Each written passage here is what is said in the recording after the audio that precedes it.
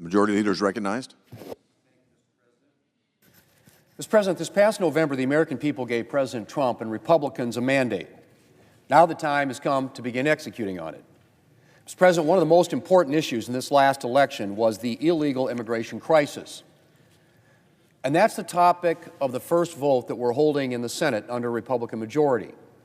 For the last 4 years, the Biden administration's open border policies have wreaked havoc in both border communities and those far from the border.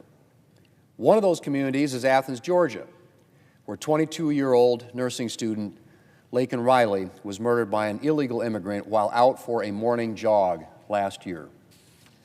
Laken's murderer not only entered the country illegally, he was arrested twice in the United States and never deported.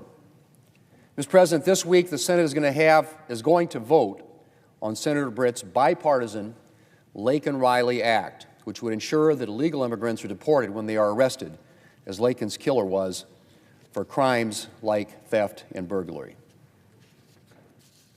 And while this bill sounds like a common-sense measure, and it is, Senate Democrats uniformly opposed it last year despite the bill receiving bipartisan support in the House of Representatives. We'll see what they do when the new Senate majority brings it up for a vote.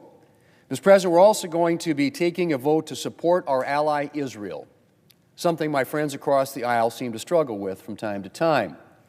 After the International Criminal Court issued arrest warrants for Israel's Prime Minister and Foreign Defense Minister in November, I called on the Democrat leader to bring up an ICC sanctions bill that had already passed the House, again with bipartisan support. The ICC's rogue actions only enable the terrorists who seek to wipe Israel off the map, and they cannot be allowed to stand unchecked. In November, I promised that if Leader Schumer wouldn't bring the ICC sanctions bill to the floor, Republicans would. And we'll soon fulfill that promise and have a vote to support our ally Israel. Mr. President, senators can also expect to vote on another common-sense measure this month, as thousands of pro-life Americans come to Washington for the 52nd annual March for Life. We'll take up the Born Alive Abortion Survivors Protection Act. This straightforward bill simply states that a baby born alive after an attempted abortion is entitled to the same protection and medical care that any other newborn baby is entitled to. This vote will ask Democrats to answer whether a living baby born after an attempted abortion should be provided with medical care or be left to die. It shouldn't be a hard question. Mr. President, the Senate will also be working to get President Trump's team in place. Beginning next week, Senate committees will hold hearings on the President's nominees. We will work to ensure each nominee has a fair process without unnecessary delays or obstruction.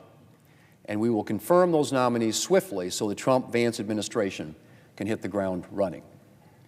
Finally, Mr. President, Republicans in Congress are hard at work preparing to address some key priorities through the budget reconciliation process. We have a lot to do there. To begin with, the border security policies we expect President Trump to implement will need to be fully funded to maximize their effectiveness. Increasing the number of Immigration and Customs Enforcement officers and Border Patrol agents, increasing detention space, and providing barriers and technology are just some of the resources needed to secure the border. Mr. President, border security is one key part of providing for our national security. Investing in our military is another.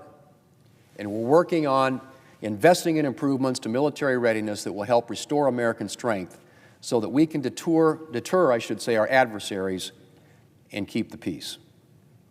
We're also going to invest in American energy dominance. Energy security plays a key role in our national security, and Republicans plan to use budget reconciliation to help advance American energy production. Another priority is extending the tax relief that Republicans delivered during the first Trump administration. These pro-growth policies put more money in Americans' pockets and help deliver a strong economy before the pandemic, and we need to extend them to protect our economy and the American people from a $4 trillion tax hike next year. Mr. President, this is just the start. We have a lot of work to do, but the American people have chosen the right team to get it done.